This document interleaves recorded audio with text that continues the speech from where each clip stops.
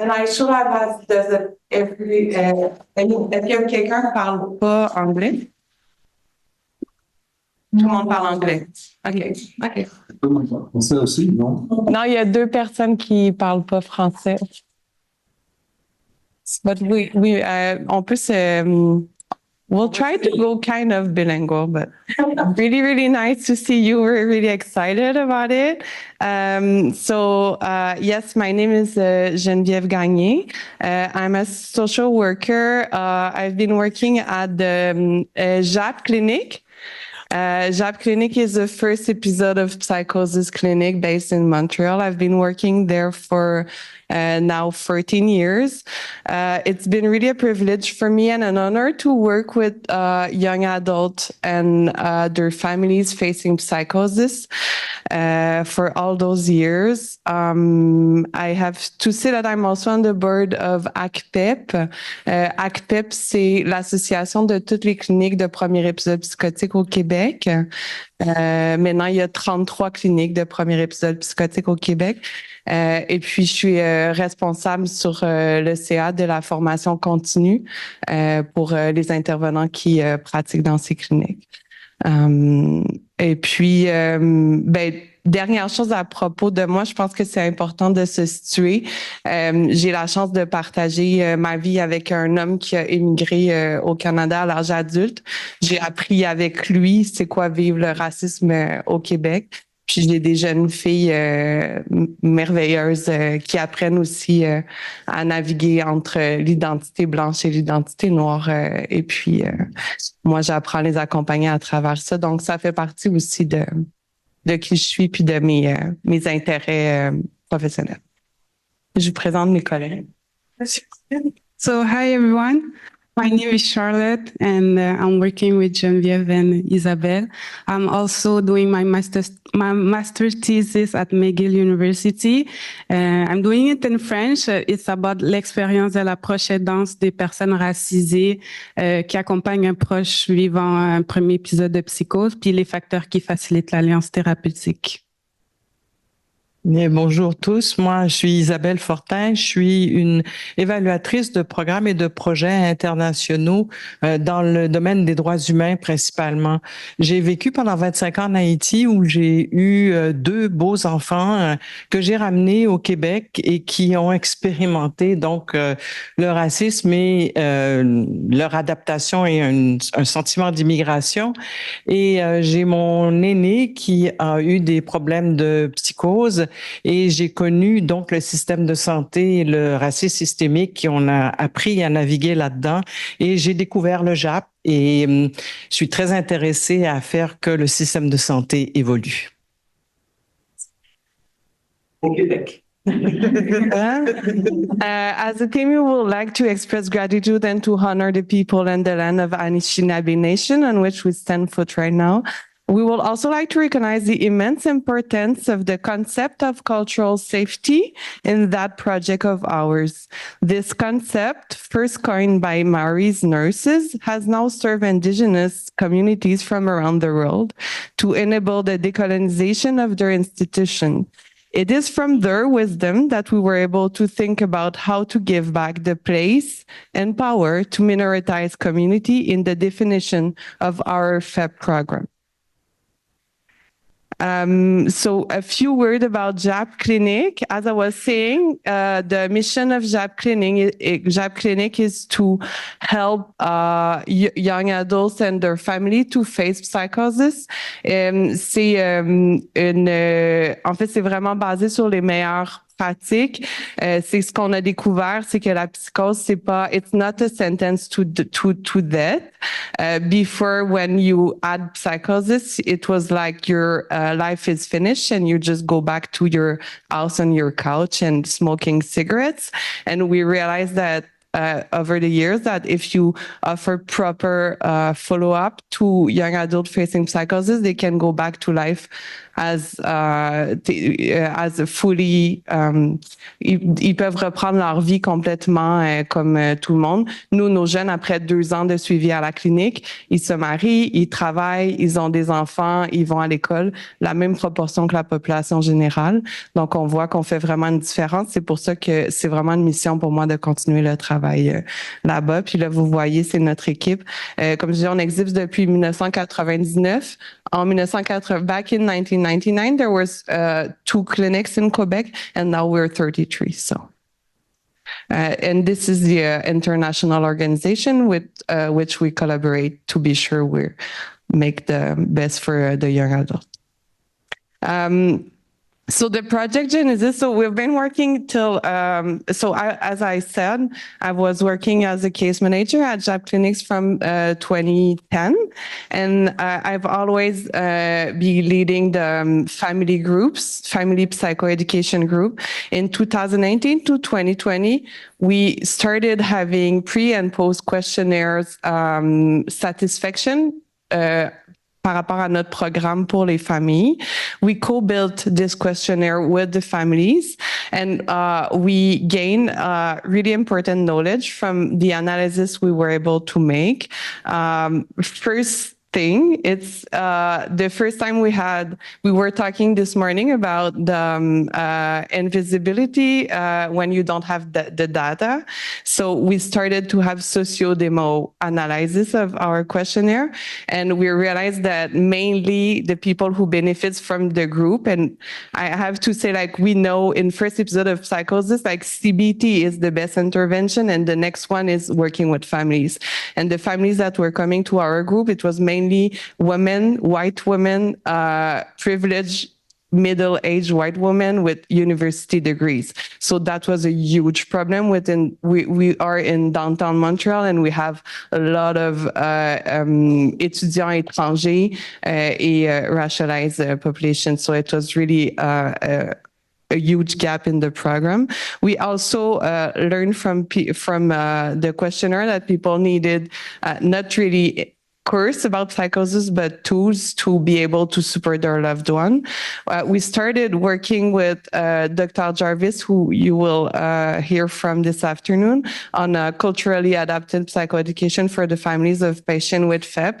This was really nice for us because they had it was well funded, contrary to our small program. So we were able to learn a lot from the focus group they were able to do with racialized communities to enhance the changes we wanted to make. And at that time, we changed with the communities, the group programming. And now the project we're going to talk about this afternoon with Charlotte and this morning. I'm already the afternoon. With Charlotte and Isabelle is the second shift of the project. Ce que je peux vous dire en français, ça va être plus rapide, là, mais c'est que vraiment, la première partie, ce qu'on a compris, c'est qu'on avait besoin d'entendre les voix des familles pour adapter le programme en fonction de ce qu'ils avaient besoin. On l'a fait avec eux, on a vu des super résultats dans justement les sociodémos des gens qui participaient. On a vu qu'on arrivait à rejoindre vraiment plus tout le monde que seulement nos mamans blanches. Puis là, ce qu'on veut faire, c'est rendre incontournable la voix des personnes pour adapter les services, not only for the group services, but for the individual services, so for their old program. So this is what they're going to talk. Oui, moi, j'étais une des mamans blanches qui participait à ces groupes, puis je trouvais que, ça représentait pas. Et les autres mamans, celles qui étaient les mamans des enfants que je voyais, où était mon fils, puis où étaient ces mamans-là, comment ça se faisait qu'elles étaient pas là. Alors, on s'est dit qu'il fallait vraiment qu'on voit c'était quoi le besoin des proches aidants et qu'est-ce qu'ils étaient leurs besoins dans l'intersectionnalité de leurs besoins. Beaucoup des familles immigrantes ou racisées ont des valeurs culturelles et religieuses, spirituelles chez les professionnels de la santé qui sont majoritairement, comme on a vu, plutôt blancs, c'est un système laïque qui ont pas et qui voit pas de lien avec eux. il n'y a pas de perméabilité. Donc, c'est important qu'on consulte ces familles. On a organisé des groupes et pour consulter ces familles-là précisément, à savoir comment on peut évaluer les besoins. Et puis, les besoins, on s'est dit qu'il fallait les évaluer à l'entrée dans les services, à mi-parcours et à la fin. Parce que les besoins des proches à l'entrée dans les services, on ne sait pas qu'est-ce qu'on peut faire. Et puis, tout ce qu'on veut, c'est qu'on s'occupe de notre enfant. Donc, nos besoins, on n'en a pas. Mais on en a des besoins. Puis, il faut les regarder. Quels sont-ils? Est-ce qu'on est disponible pour venir aux rencontres? Est-ce qu'il y a des rencontres? Et puis, est-ce qu'on a besoin de psychoéducation? Est-ce qu'on est entendu? Puis, comment va-t-on? Comment ça se passe dans nos vies? Les besoins à mi-parcours, quand on a eu un peu d'éducation psychologique, là, c'est autre chose. Puis les besoins à la sortie, qu'est-ce qui va se passer quand notre jeune va sortir? Qu'est-ce que ça va être le support? Donc, on a voulu vraiment développer une évaluation systématique de ces besoins à l'entrée dans les services, à mi-parcours et à la fin. L'équipe de projet, c'est nous trois ici. Et il y a aussi Marie Chou-Neveu qui est une cadre du CHUM. Et c'est important qu'elle soit une cadre parce que ça veut dire qu'il y a une appropriation institutionnelle. Ça veut dire qu'on pourra peut-être faire vraiment une marque institutionnelle et faire que ça devienne une pratique. On a un comité aviseur. Nous, on est le comité de pilotage. Il y a Suzanne aussi qui documente le processus. Suzanne a été elle-même utiliser les services du JAP et puis elle documente le processus à travers une vidéo. On a un comité aviseur qui est formé des professionnels du JAP, les psychiatres, les psychologues, des pères aidants et des patients partenaires. C'est tous des termes techniques. Je ne sais pas, vous me demanderez après ce que c'est. Et puis des organisations de la communauté, des organisations communautaires qui s'occupent aussi d'aider des familles et des jeunes qui ont des troubles psychotiques dans la rue. On est guidé par des valeurs. Elles sont toutes, et là, je vais pas toutes les lire, mais c'est que l'important, c'est de créer un pont parce que l'alliance thérapeutique entre les proches aidants et l'équipe de soins est absolument essentielle pour favoriser la réhabilitation. Comment est-ce qu'on dit la... Non, c'est pas la réadaptation. On dit toujours, j'arrive à jamais à la... Rétablissement, oui, parce que c'est important, le rétablissement, c'est se reposer. Voilà, c'est toujours, j'ai de la misère à le garder en tête. Et puis d'entendre les voix des gens qui viennent chercher les services.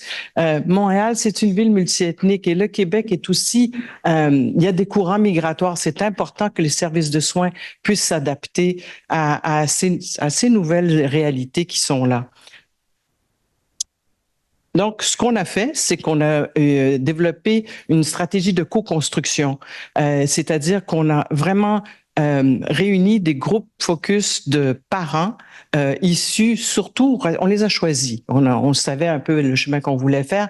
On a choisi des parents issus d'un parcours migratoire ou racisés eux-mêmes pour entendre et puis ouvrir la discussion à savoir, OK, qu'est-ce que vous voulez qu'on vous pose comme question quand vous accompagnez votre jeune dans les services? Et puis, ils nous ont dit, un questionnaire, c'est très bien. On a co-construit avec eux le questionnaire, mais il y a aussi, ils ont dit, on a besoin d'un peu plus. On a besoin que l'équipe soit plus formée sur qu'est-ce que c'est la sécurité, la sécurisation culturelle. Vous avez sans doute tous entendu parler du principe de Joyce Echaquan, qui est une jeune femme, qui est une femme autochtone, qu'on a laissé mourir alors qu'elle était à l'urgence de l'hôpital parce qu'on minimisait ses soins. Et maintenant, il y a ce qui s'appelle le principe de Joyce, mais c'est une réalité. Même si le gouvernement du Québec dit qu'il n'y a pas de racisme systémique dans le système de santé, il y en a. Donc, on a eu plusieurs discussions avec le comité aviseur. Donc, c'était vraiment important pour nous qu'on ait le moins d'angles morts possible et même pour les cliniciens, même s'ils veulent pas, mais ils ont des biais naturels. Donc, c'est quand même inévitable. Donc, c'est pour ça qu'on a décidé de travailler sur ça. Et, sorry, I'll switch back to English, sorry.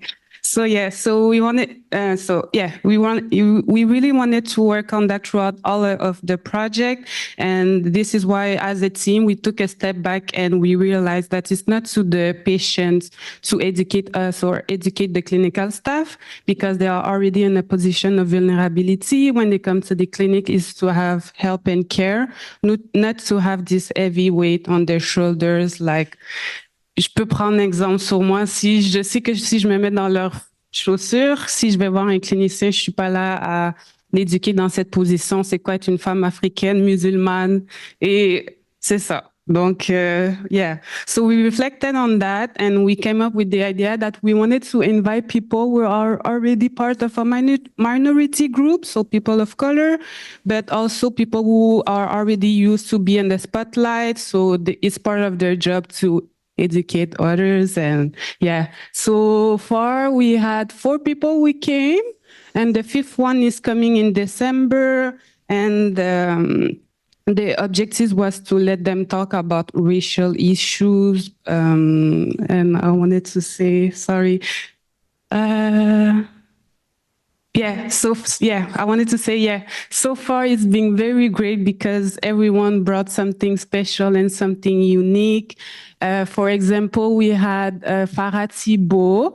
She's a Black woman, Haitian, and she was also adopted. So she came and talked about the experience of like being a Black woman adopted in a white family. We also had Andre O. He came and talked about, he's Asian, but he came and talked about the difference in racism between the Asian community and the Afro-Canadian community. So, and we also tried to create a safe space so everyone could be able to like talk about all of these issues without being uncomfortable. So our successes, I think we are very proud of everything that we did, and I think everyone who is involved can say the same. And the successes is also the questionnaire and the guide for the clinician, but also we can say that we did all of this with the family members. So it's a huge part. I know you wanted to add something. Combien on fait dans le temps? C'est correct. Il nous reste 5 c'est correct. Mais rapidement, together we go further. It was important for us to talk to you about it because it was the first time for us experiencing a co-construction process. And as we showed you before our values and mission, it was really important for us to stay true to that, but it was complicated. So that's where that together we go further come from, because like after 1 year working with the families and building the questionnaire, we went back to our comité aviseur with the clinician and the researcher and the people who are used to make like really nice like literature review, and they really confronted us because our questionnaire, the families told us when our loved one experienced a psychosis, our needs that you guys want to know, they're not important. What is important for us is our kid. And then afterwards, if you talk to us about that, which is what is important for us, maybe you can bring us to thinking about us. So our questionnaire first ask what you think is the more important for your loved one. And then we go back. But the researcher and the clinician, they were like, why you do that? Like, it's a needs assessment questionnaire. You need to ask them about them. Why you ask them about the other person? So we were like, oh my God, are we not enough scientific? Like, what do we do? But we decided that we stay true to our values and our mission. But it was, so we feel like it's always like going forward and then going back and having, but we learned a lot, and it was, and a team is born is that like at the end of the day, when we went back to our, the people we consulted at first, the families and the people, and they were like really proud of the result, and they saw themselves in it, and they were like, if we had that when we experienced the process, it would have made a huge difference. And they said like, now it feels like we as a project are a family. So we felt like it was really, really a huge success. And so as we were saying before, but it's fine. Suzanne Serre, she's the one who documented the film project. She will be doing a 12-minute video about what we did. and she did like a 2-minute video just for you guys. So we'll be showing to you.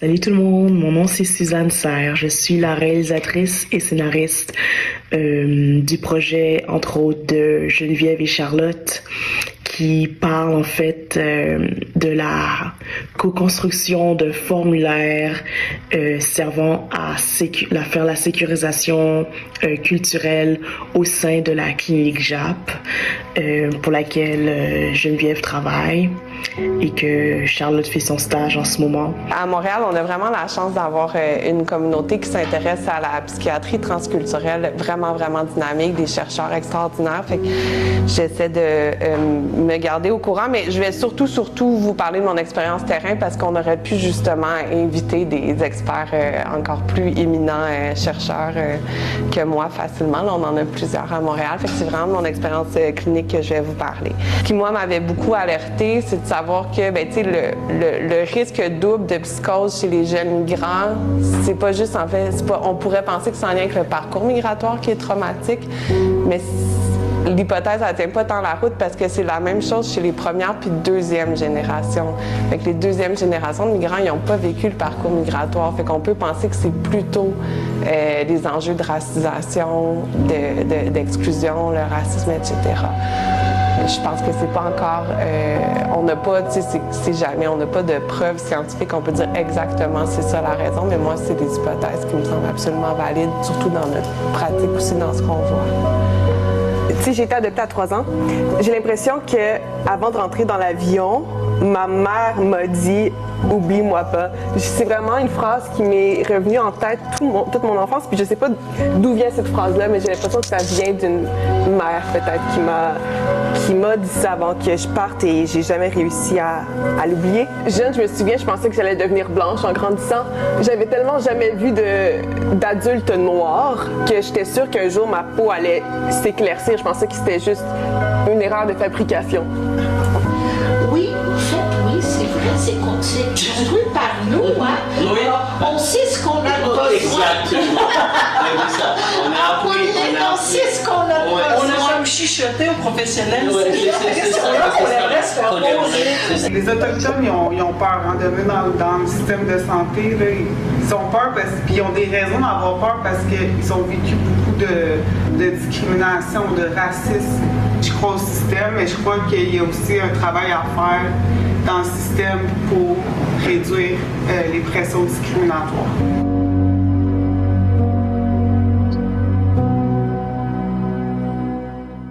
Il y a des questions? La poser en anglais. Vous pouvez répondre en français. So what were some of the needs that came up from the questionnaires? And then what are some of the tools that you provided to the parents to be able to support their family going out, like after the program? Well,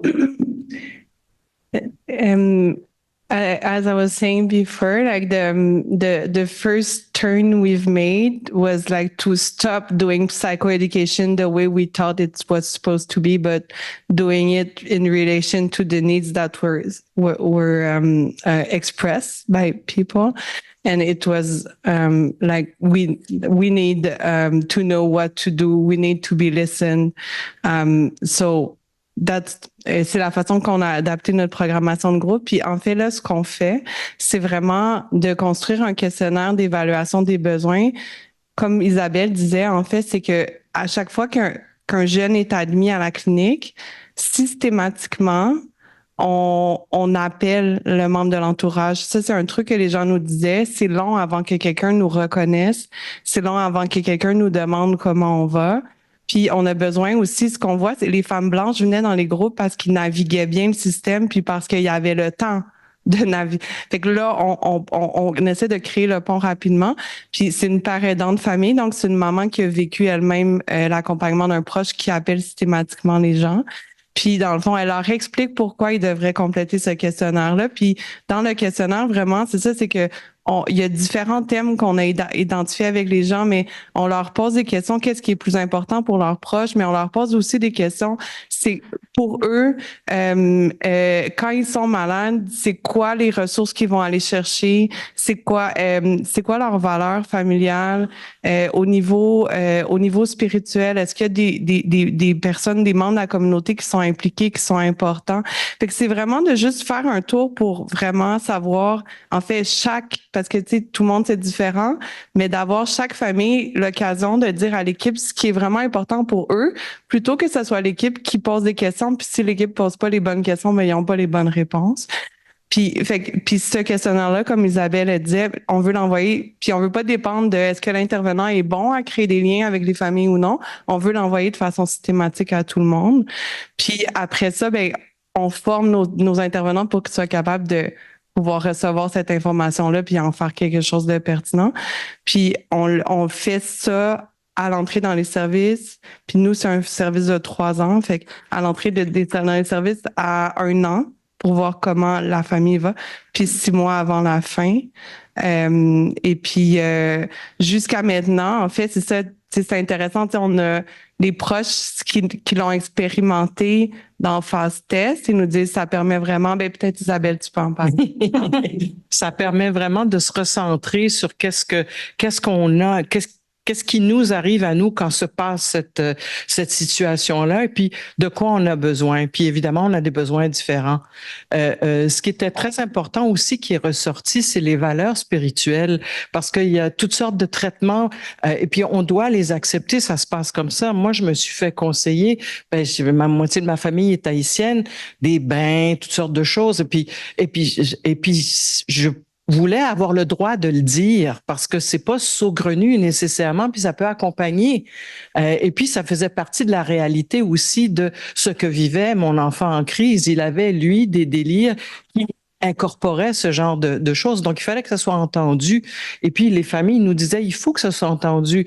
Nous, la religion, c'est important. Et puis, prier Dieu, qu'on invoque Dieu pour le sauver, ben c'est important, c'est pas saugrenu, ça fait pas partie du délire.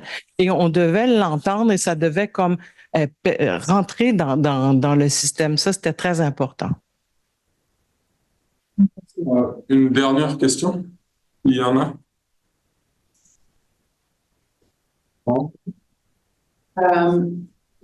le santé mentale, quelquefois, dans les populations noires, il y a comme une résistance à aller chercher de l'aide, à la collaboration, des psychologues, des psychiatres, etc.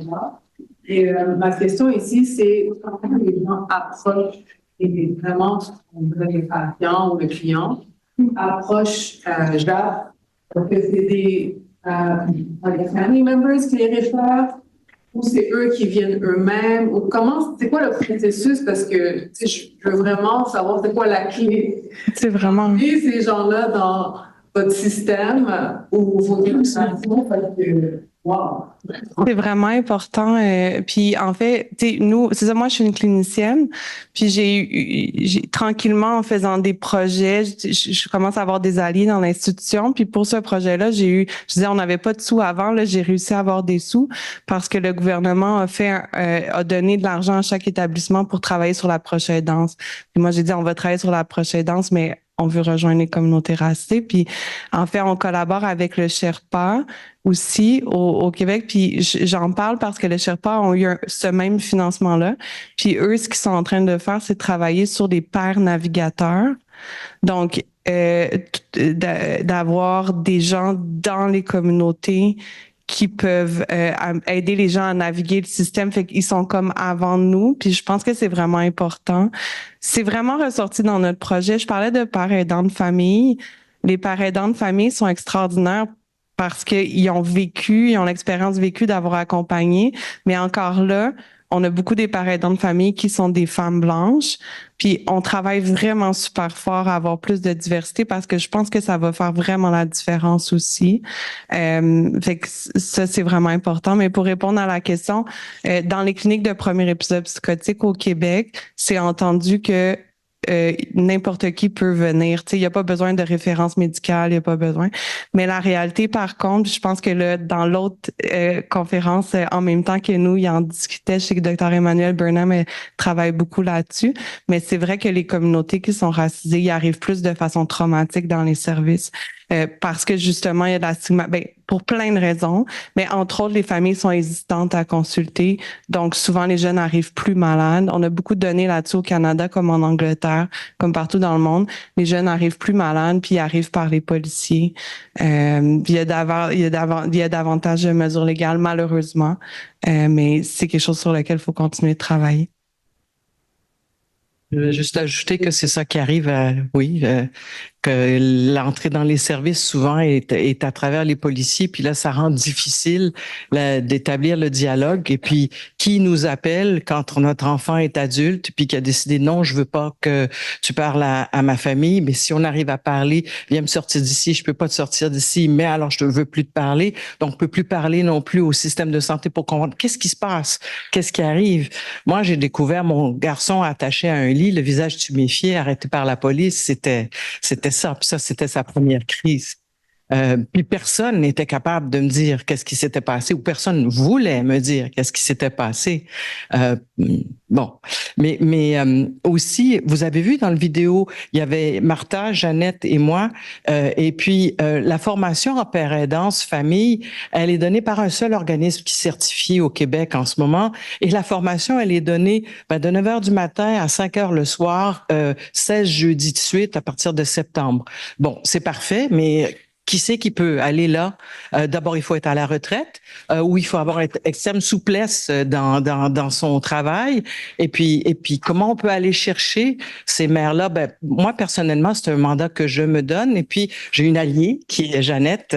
Et puis, on va faire un gros travail là-dedans pour diversifier la père aidance parce que c'est ça qui va permettre d'amener aussi plus d'alliances thérapeutiques qui reflètent une réalité migratoire. Yes, quick question.